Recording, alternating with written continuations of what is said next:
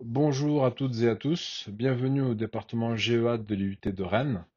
Je m'appelle Sami Zignani, je suis maître de conférence au sein de ce département et l'objet de cette conférence est de vous présenter le but GEA qui a remplacé le DUT à partir du 1er septembre 2021. Donc présentons le sommaire de cette intervention. Elle se déroulera en 4 temps. Dans un premier temps, je présenterai ce qu'est le but. Ensuite, dans un deuxième temps, je ferai quelques précisions sur la première année. Dans un troisième temps, je ferai quelques précisions sur la deuxième et la troisième année. Et enfin, je présenterai dans un quatrième temps quelques débouchés possibles après le but GEA.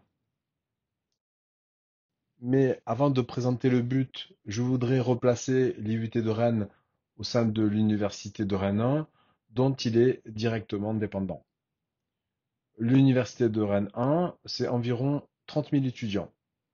Cette université héberge des UFR, qui sont des composantes d'enseignement, des laboratoires de recherche, deux écoles d'ingénieurs, trois autres IUT et l'IUT de Rennes, qui nous intéresse plus particulièrement avec ses 6 départements.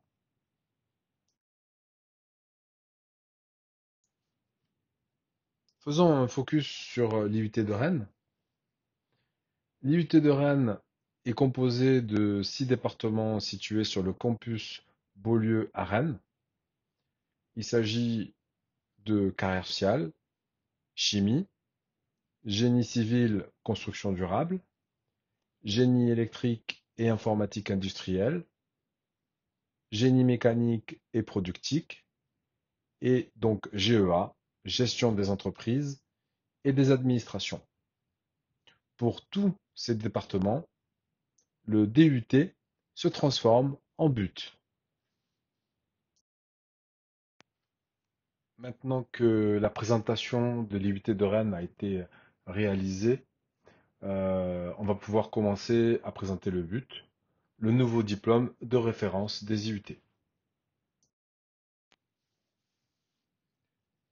Donc le but, c'est le nouveau diplôme des IUT. C'est un parcours en 3 ans qui mène au grade de licence, alors que le DUT s'obtenait en 2 ans. Il permet de cumuler 180 ECTS.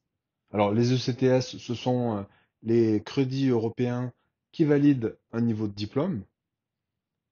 L'objectif de ces ECTS est aussi de faciliter la comparaison des programmes d'études entre différents diplômes dans un même pays, mais aussi par rapport à d'autres pays européens qui sont tous concernés par le système LMD, c'est-à-dire le système de licence, master, doctorat. Grâce à ces ECTS, on peut réaliser des passerelles d'un diplôme vers un autre ou bien des stages à l'étranger. Ainsi, avec 120 ECTS, un étudiant en but peut quitter sa formation pour rejoindre l'Institut de gestion de Rennes, par exemple, après bien sûr l'examen de son dossier. C'est-à-dire que les passerelles qui existaient avec le DUT sont conservées pour le but, même si une troisième année a été ajoutée. Alors sur ce graphique, on voit bien le système de passerelle dont je parlais. Il est prévu que dès la fin de la première année, il y ait des possibilités d'entrée et de sortie du but. Donc, c'est-à-dire qu'un étudiant qui a fait autre chose qu'un but peut rejoindre la deuxième année, euh, bien sûr après l'examen de son dossier. Des passerelles entrantes et sortantes existent à la fin de chaque année. Ainsi, par exemple, intégrer un IAE comme l'IGR ou une école de commerce après un but 2 reste tout à fait possible. D'un point de vue pédagogique, le but GEA est une approche par compétences, c'est-à-dire que le but GEA est défini par 5 grands blocs de compétences, 3 compétences communes qui constituent un socle commun à tous les étudiants, sans exception, et 2 compétences spécifiques qui vont varier selon le parcours de spécialisation choisi par l'étudiant. Chaque bloc de compétences est décliné par niveau tout au long du parcours. Le but est régi par un programme national de 1800 heures environ sur 3 ans. Alors pour illustrer cette approche par compétences, le graphique suivant montre comment les 5 compétences sont distribuées selon l'année du but. En première année, on a 3 compétences communes. En deuxième et troisième année, on retrouve ces 3 compétences communes, mais on y ajoute 2 compétences spécifiques et directement liées au parcours choisi par l'étudiant parmi les parcours proposés par l'IUT de Rennes. C'est-à-dire que le département propose, à partir de la deuxième année, 3 parcours possibles. Le parcours GEMA, gestion, entrepreneuriat et management d'activité. Le parcours GC2F, gestion comptable, fiscale et financière. Le parcours GPRH, gestion et pilotage des ressources humaines. Pour continuer à explorer les spécificités du but, on pourrait dire que le but est à la fois une formation universitaire et une formation professionnalisante. On le voit à travers notamment la distance des cours, hein, qui est à la fois réalisée par des enseignants-chercheurs et des enseignants du second degré, mais aussi par des professionnels, c'est-à-dire des avocats, des directeurs de ressources humaines, des experts comptables. Cette professionnalisation s'exprime aussi à travers les 22 à 26 semaines de stage en entreprise, ou administration ou association d'ailleurs, qui sont prévues sur 3 ans. Toujours dans cette idée de professionnalisation à l'université, on a une alternance possible sur tout ou partie du cursus. 600 heures sont consacrées au SAE, donc les situations d'apprentissage et d'évaluation sur lesquelles je reviendrai plus en détail un peu plus loin dans cet exposé. Et enfin, et toujours pour montrer cette alchimie entre formation universitaire et formation professionnalisante, notons que 40 à 50% des heures correspondent à des enseignements pratiques et des mises en situation professionnelle. Alors pour terminer cette présentation du but, je voudrais insister sur un point qui est vraiment très important dans la formation, c'est l'encadrement qui est proposé. Tout d'abord, la rentrée a lieu au tout début du mois de septembre. L'assiduité est exigée, c'est-à-dire que la présence en cours est obligatoire et elle est strictement contrôlée. Le but est un diplôme semestrialisé. Et enfin, le contrôle des connaissances est réalisé en semaine avec des examens, mais aussi parfois le samedi matin et en fin de semestre. Donc après avoir présenté le but, maintenant je voudrais faire quelques précisions sur la première année de but GEA à l'IUT de Rennes.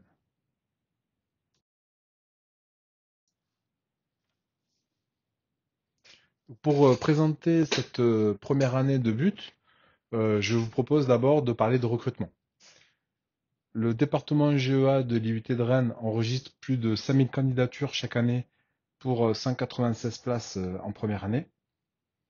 La promotion 2021 était composée de 53% de bacs généraux et de 47% de bacs technologiques, donc STMG ou autres.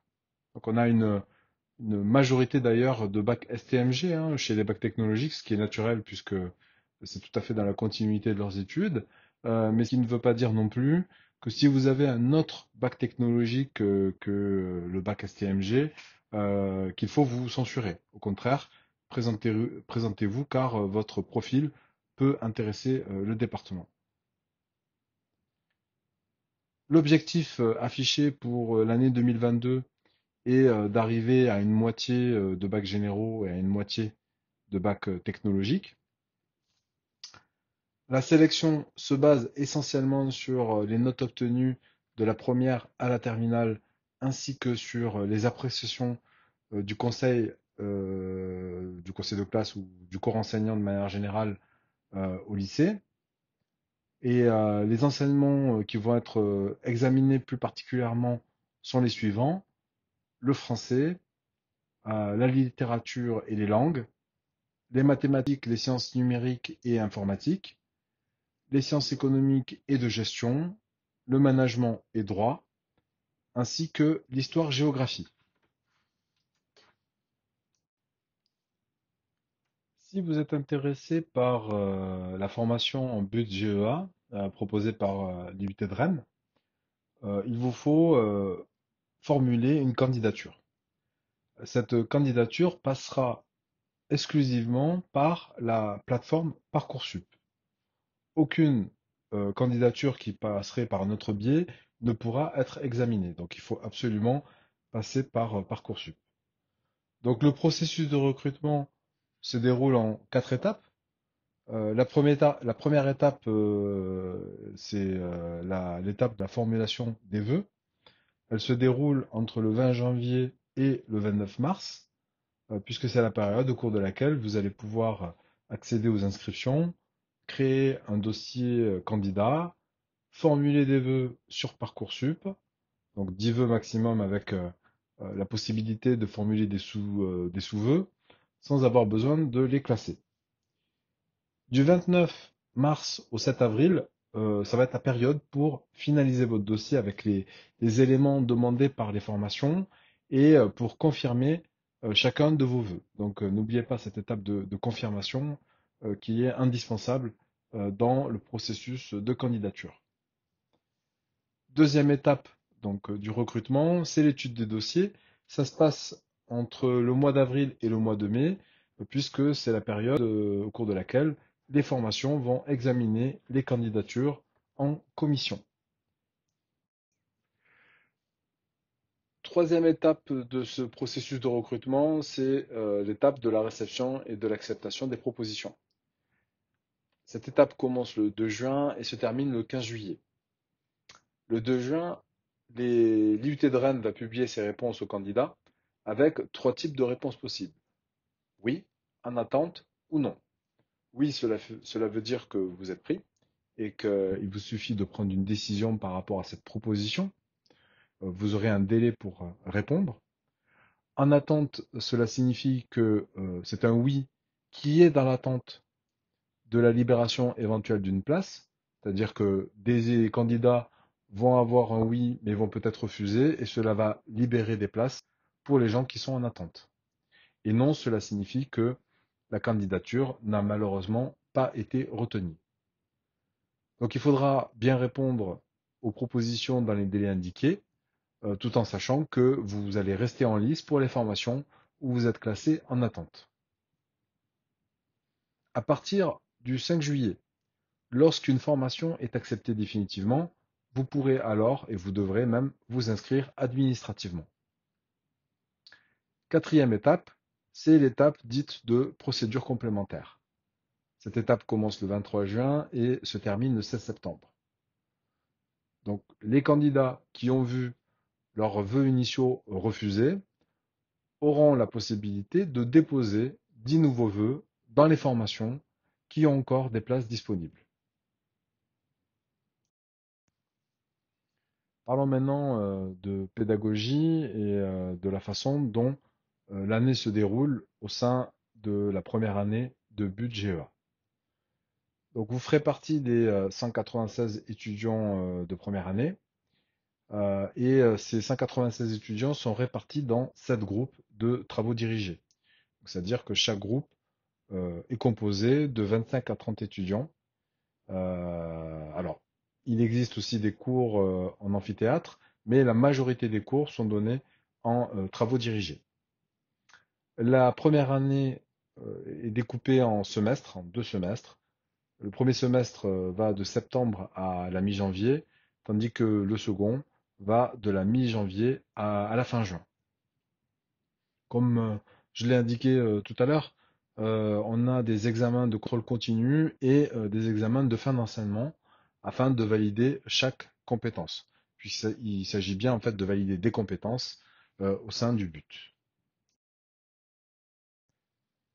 À l'issue de la première année de but, un étudiant aura acquis trois compétences que l'on pourrait résumer grâce à trois verbes.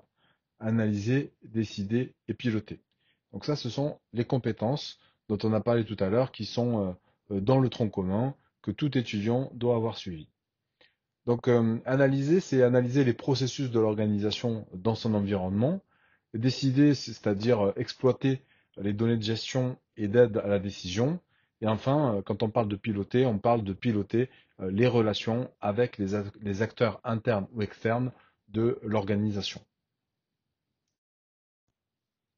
Donc, comme je viens de le dire, tous les étudiants de première année suivent un tronc commun d'enseignement en cours magistral ou en travaux dirigés.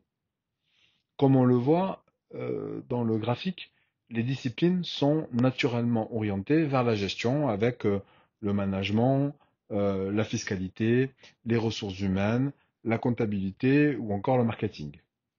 Mais aussi, on voit qu'il y a une ouverture vers d'autres disciplines telles que les langues vivantes, le droit, la psychologie, la communication, la sociologie, l'économie, etc. Pour spécifier un peu mieux les aspects pédagogiques du but, voyons un petit peu les ingrédients pédagogiques qui constituent la première année de but. Tout d'abord, on a les ressources. Les ressources, ce sont les cours dispensés en cours magistraux, travaux dirigés ou travaux pratiques. Ensuite, on a ce qu'on appelle les SAE. Donc les SAE, ce sont les situations d'apprentissage et d'évaluation. Comme leur nom l'indique, ils permettent l'évaluation en situation de compétence. Ce sont des tâches qui se veulent authentiques parce qu'elles répondent à une problématique que l'on retrouve en milieu professionnel. Donc par exemple, on peut parler de simulation au cours de laquelle l'étudiant va endosser un rôle qui lui permet d'expérimenter des responsabilités. On peut parler aussi de projet où l'étudiant va mener des actions qui aboutissent à une réalisation concrète. On peut aussi parler d'investigation au cours de laquelle l'étudiant va endosser le rôle d'un chercheur, l'étude de cas ou encore le stage dans une organisation. La démarche portfolio est un outil qui va aider l'étudiant à s'engager dans une posture réflexive et critique vis-à-vis des compétences qu'il a acquis ou qu'il est en voie d'acquisition. C'est-à-dire que l'étudiant est amené à réfléchir sur sa trajectoire de développement, sur ses compétences mises en œuvre dans des situations professionnelles. Donc c'est vraiment l'idée d'aider l'étudiant à s'engager dans une démarche d'apprentissage. À présent, donc passons au troisième point de cet exposé qui est consacré donc à la deuxième et à la troisième année de but GEA à l'IUT de Rennes. Donc nous disions que la première année de but était consacrée à l'apprentissage de trois compétences communes et qui constituent un socle commun de la formation en première année. En deuxième année et en troisième année, il y a la possibilité et même la nécessité de choisir un parcours. Donc les parcours sont les suivants, le parcours gestion, entrepreneuriat et management des activités, le parcours gestion comptable, fiscale et financière, et enfin donc le parcours gestion et pilotage des ressources humaines. Donc, si on regarde un peu plus en détail les trois parcours proposés, ce qu'on voit, c'est effectivement, c'est qu'il y a trois compétences communes, comme on l'avait dit, plus deux compétences spécifiques qui vont être liées à chacun des parcours. Donc, si on prend le premier parcours, le parcours GEMA, c'est-à-dire le parcours gestion, entrepreneuriat et management des activités, donc on est sur une spécialisation qui consiste à assurer la gestion et le développement de la chaîne de valeur. Il s'agit aussi de concevoir la stratégie de création de valeur de l'organisation, notamment pour ses clients. Donc c'est un parcours qui est assez orienté vers le marketing, la communication et l'entrepreneuriat. Le deuxième parcours, donc c'est GC2F, c'est-à-dire gestion comptable, fiscale et financière. Donc il s'agit de produire de l'information comptable, fiscale et sociale de l'organisation, d'évaluer l'activité de cette organisation. Donc c'est un parcours assez chiffré qui s'intéresse aux documents financiers de l'organisation, à la comptabilité, au contrôle de gestion et à l'analyse financière. Et enfin, donc, le dernier parcours, c'est le parcours de gestion et pilotage des ressources humaines, GPRH. Donc là, il s'agit de gérer l'administration du personnel et ainsi que le développement des ressources humaines. Donc là, ce parcours-là s'intéresse plus particulièrement au personnel dans l'organisation, à sa motivation, sa rémunération, et il s'agit en quelque sorte de procéder à une optimisation de la gestion des ressources humaines.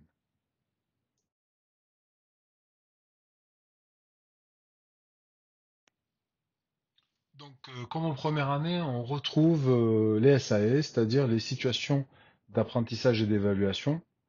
Donc, c'est-à-dire que une fois les méthodes et les compétences acquises en première année, les étudiants vont mener sur les 2 années suivantes des projets de plus grande envergure. Donc, ça va être un travail en groupe, encadré par un tuteur enseignant. Trois types de projets sont proposés aux étudiants, soit par exemple un mémoire avec une enquête qualitative ou quantitative en lien direct, pardon, avec des problématiques de gestion, des problématiques économiques ou sociologiques.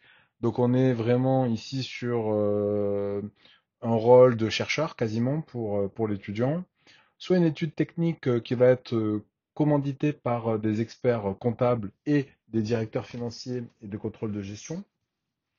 Et enfin, le troisième type de projet proposé, c'est l'accompagnement de créateurs d'entreprises dans leur démarche, puisqu'on va les aider à établir leur plan d'affaires, leur étude de marché via l'opération Créa IUT.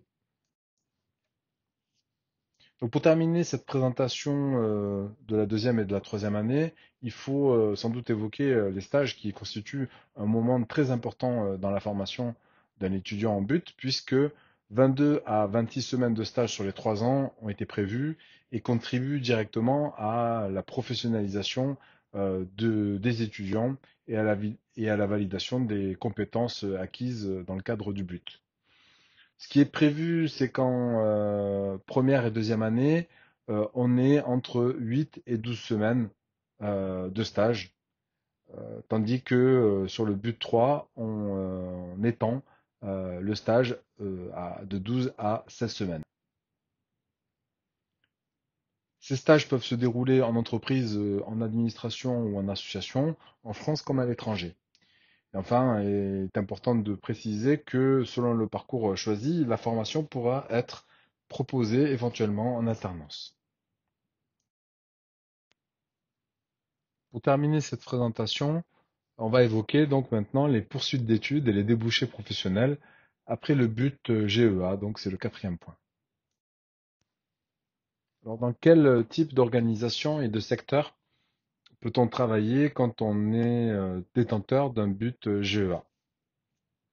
Donc c'est extrêmement varié puisque on peut aussi bien travailler dans des petites et moyennes entreprises, dans des entreprises de taille intermédiaire, dans de grandes entreprises des multinationales, ou bien dans des associations ou encore des administrations. Du point de vue du secteur, il est tout à fait possible de travailler dans le domaine bancaire, par exemple, aussi bien dans le domaine public, par exemple dans une collectivité territoriale, ou enfin, dans le domaine de la santé, par exemple, c'est tout à fait envisageable en travaillant pour un hôpital en tant que gestionnaire ou pour une mutuelle. Donc, nous avons vu tout à l'heure que dans le parcours GEMA, le bloc de compétences spécifiques était lié en fait à la proposition de valeur, à la conception de la proposition de valeur ou à la conduite et le développement d'une activité. Donc concrètement et de manière non exhaustive, les débouchés professionnels envisageables sont par exemple le métier d'assistant chef de produit, assistant marketing, créateur d'entreprise, assistant chargé de communication interne et externe, assistant commercial ou encore chargé de clientèle. Donc on voit une certaine diversité puisqu'on a aussi bien des domaines qui sont liés au marketing, qu'à l'entrepreneuriat ou encore à la communication. Concernant le parcours GC2F, donc qui, comme on l'a vu, était beaucoup plus concerné par des données chiffrées, par des données comptables. On avait vu que les blocs de compétences qui concernent particulièrement ce parcours sont la production et l'analyse de l'information comptable, fiscale et sociale, mais aussi la mise en œuvre des outils d'analyse et de prévision de l'activité de l'entreprise ou de l'administration, donc le contrôle de gestion notamment. Les débouchés professionnels envisageables sont collaborateurs en cabinet, responsables comptables dans des TPE, PME, contrôleur de gestion d'entreprise, assistant de gestion ou responsable de la comptabilité publique. Donc pour terminer ce tour d'horizon des parcours, intéressons-nous à celui de la gestion du personnel et des ressources humaines. Donc on avait vu qu'il y avait deux types de compétences associées à ce parcours, c'est-à-dire la gestion de l'administration du personnel et le développement des ressources humaines. Les débouchés professionnels envisageables, de façon non exhaustive bien sûr, sont les suivants: assistant et gestionnaire de recrutement, assistant et gestionnaire de l'administration du personnel, assistant et gestionnaire du développement RH, conseiller emploi et insertion professionnelle, ou encore chargé de relations avec le personnel. Donc, on a vu les différents débouchés possibles à partir de l'obtention d'un but selon les trois parcours. Donc, c'est-à-dire qu'il est tout à fait possible de s'insérer directement sur le marché du travail à Bac+3. Mais ce n'est pas la seule option possible puisque on peut par exemple décider de préparer les concours de la fonction publique et donc à ce moment-là reprendre ses études, continuer ses études, ou bien il est encore possible de prolonger ses études à Bac+5 pour aller vers les masters, le DSCG ou les écoles de commerce. Une autre possibilité est offerte aux étudiants inscrits en but, qui est d'intégrer une IAE, un IAE comme l'IGR par exemple, ou une école de commerce à l'issue de la deuxième année du but. Ça correspond en fait à ce qu'on a appelé des passerelles euh, tout au long de la formation. Voilà, cette présentation est terminée. J'espère qu'elle vous a apporté les informations dont vous aviez besoin pour mieux connaître le but et le département GEA de l'IUT de Rennes. Alors, si le cœur vous en dit, n'hésitez pas et rejoignez-nous en GEA.